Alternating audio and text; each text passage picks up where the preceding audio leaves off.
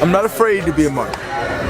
In fact, I pray it's in God's will. Because if my death can save my people, then bless the man that plans me killed. But I refuse to live silently under a government that despises me and takes my people time and again to fight for peace violently. You see, I've lived where the poor had to kill to have more.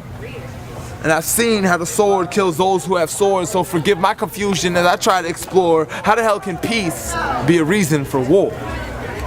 Am I the only one that sees this abomination, or has the TV successfully robbed us all of indignation and brought back into our heads these commercial drugs of sedation? But of course, because we live in this marketplace nation, our souls are bought and sold without hesitation.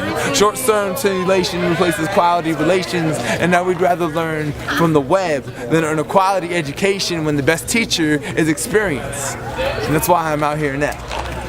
Because I've been through all the unnecessary consumers' life trials. I've been through the trials of trying to be fly and trying to survive, because the scene on TV used to be the motto of my life.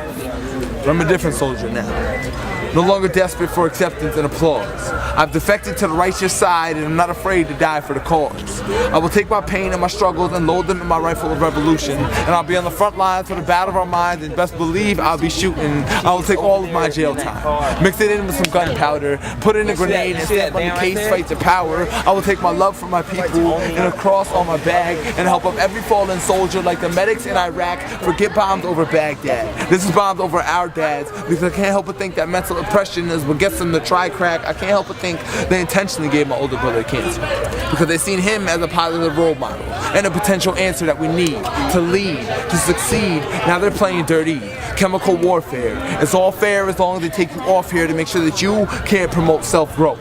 They fill us up with MSG until we bloat, making us too lazy to get on a vote, let alone fight for some hope. But I never knew what hope is, so I never can feel hopeless. That's why I'm so focused on fighting for what's right. And I'm smart enough to know that you don't need guns to start a fight. Because when they sneak attacked us and made that first move years in advance, they didn't shoot or abuse us. They just put money in our hands and watched us shoot and abuse ourselves to attain their version of wealth, creating their version of paradise, but our own version of hell. And this devil doesn't have horns and a tail, just 1 gram of green evil and a half-cocked condescending Ben Franklin smile in denial to its own evils, because he lovingly embraces platinum-based, silver-laced, gold-plated face while it murders the mind of our children, pillages poor villages, and rapes love so bad that it changed its name to pain. Every victim another diamond in his dollar-sign chain. Every person killed in his name just further advances his fame, and now the youth follow his act to avoid the label lame.